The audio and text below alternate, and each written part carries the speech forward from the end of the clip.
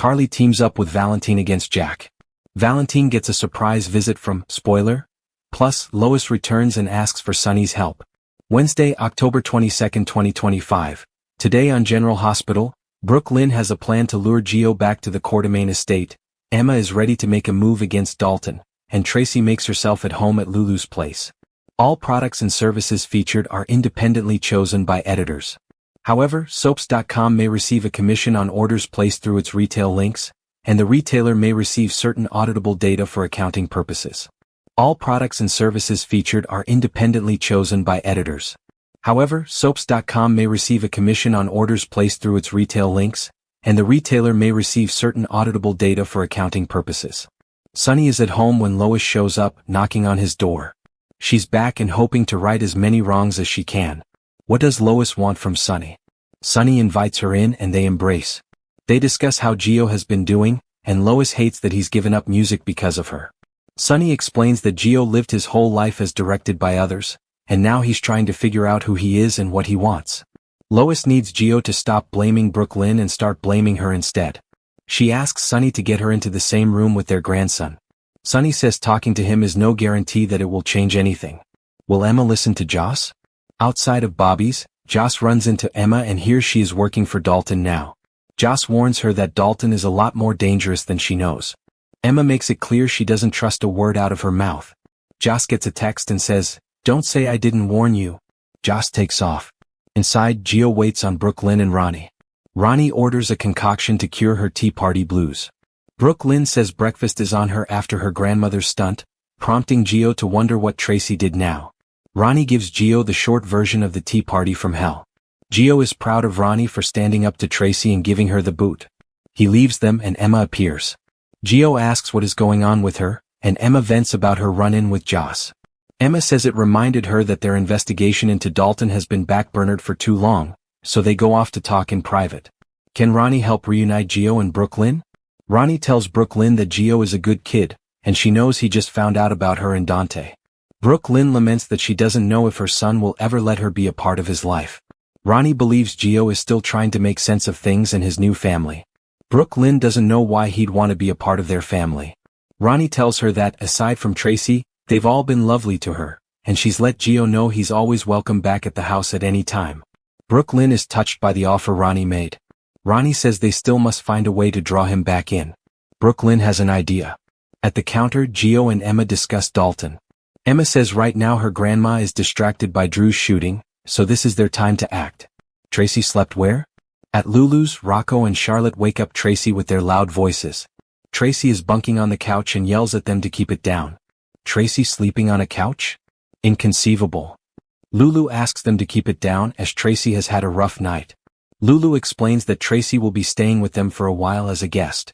The kids head out and Lulu tells Tracy they need to get a few things straight. Lulu tells Tracy it might be best to find a new place to stay if she can't deal with living in such close quarters with teens. Tracy feels she wouldn't have to deal with any of this if it weren't for Ronnie Bard. Lulu tells Tracy to admit she spiked Ronnie's drink, but Tracy swears she didn't. Lulu reminds Tracy that she asked her to investigate Ronnie, and she found nothing. She is a quiet woman who lives a law-abiding life. Tracy is certain the will was faked as Monica would never choose a woman she's had no contact with in decades over Michael, who was the center of her universe. On the porch, Charlotte vents about Tracy.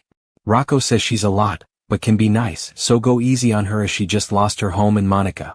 Their talk turns to Rocco's recent dinner with Albrecht, Nathan, and Britt. Charlotte says her dad asked her to tell him that he shouldn't trust Britt. She doesn't know why he said not to trust her, but it has to be important if he asked her to relay this to him. Suddenly they notice a moving truck approaching. Anna grills Britt.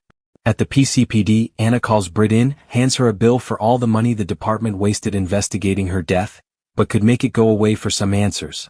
Who else was in on the scheme to fake her death? What was she doing at the Five Poppies? And who was in charge?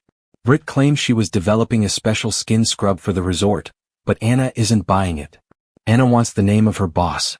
Britt tells her it was this piece of Euro trash Pascal. Anna knows he was a middleman, and begs Britt to tell her that Faison isn't alive. What does Nathan know? Nathan stops by Jack's office as the WSB agent has questions. Jack shows him footage they found of him in the vicinity before the accident, which also shows him on a phone, but no phone was found on him at the time of the accident. He is tracking a local ping from a cell tower to try and find who he was talking to. He also finds it odd that he has no memory of the past 7 years, yet no signs of any traumatic brain injuries according to his scans from GH. Jack tells Nathan that he has a reason to believe Faison's syndicate is still in operation, so if he's been a part of it, now is the time to tell him. He can offer him complete immunity for information, and if he denies this offer, he'll make sure Nathan goes down with the rest of these criminals. Nathan says Faison is no father to him. He's a criminal who threatened the mother of his son and then shot him. He'd help if he could, but he knows nothing and won't be pushed around by Jack.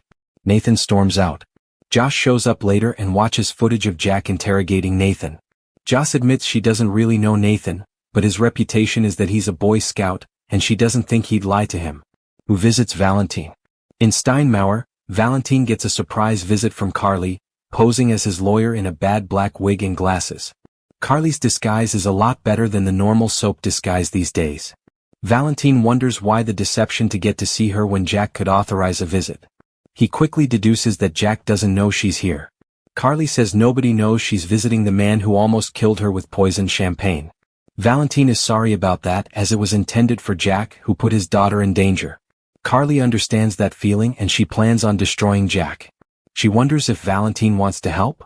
Valentin asks what Jack has done, and she lets him know that he recruited Joss into the WSB. Valentin explains how the WSB exploits recruits by convincing them they want to join to right some wrong or out of a sense of patriotism. Carly connects the dots to Dex's murder and reveals that his killer disappeared. Joss left town right after that, so did Jack have something to do with Cyrus' departure? Valentin explains that Jack likely used a tried and tested tactic. He pointed Joss towards Cyrus to see if she could figure things out and to test her resolve. If she finished the job, Jack wouldn't have been able to resist recruiting her. Carly asks, "Are you saying the man I was in love with turned my daughter into a killer?" In the show's final moments. At home, Sonny tells Lois that she needs to accept the possibility that things may never be the same between Gio and Brooke Lynn. Lois knows, but she has to try. At Bobby's, Gio makes Emma promise him that whatever she does regarding Dalton, she will include him. They kiss. Brooke Lynn and Ronnie watch Gio and Emma kiss, and Ronnie assumes Emma is part of Brooke Lynn's plan. Brooke Lynn fills her in on the saga of Outback. She let Cody keep Outback, knowing Emma would visit and Gio would tag alone. Back at the counter, Gio gets a call from Sonny and Emma gives him privacy. Sonny asks him to come by the house after work, as Lois is here and it's essential he sees her. At her place, as Lulu tries to come up with reasons Monica left the house to Ronnie, Charlotte and Rocco walk in with boxes. It's everything Tracy ordered packed up from the house. Lulu is stunned to see a giant moving truck in her driveway. At the PCPD, Britt tells Anna that she's tired of hearing Faison's name, as the man has been a blight on her entire life. Britt says Faison had nothing to do with the 5 poppies because he's dead. Anna warns her by staying silent. She's only making herself vulnerable. Britt storms out but clearly seems troubled by what she knows. In his office, Joss tells Brennan about Anna interrogating her last night about the 5 poppies and Faison. Jack admits that both of Faison's children returning from the dead just as they were investigating the 5 poppies is no coincidence. Finally, Carly says she may not be able to get Joss out of the WSB, but she can get Jack out of her life. Valentin admits that together they may have a chance to take Jack down. He says Carly is the only one he trusts, so he'll never see her coming. Carly asks what she is supposed to do. Valentin says the first step is to make Jack think she loves him more than anyone or anything in the world.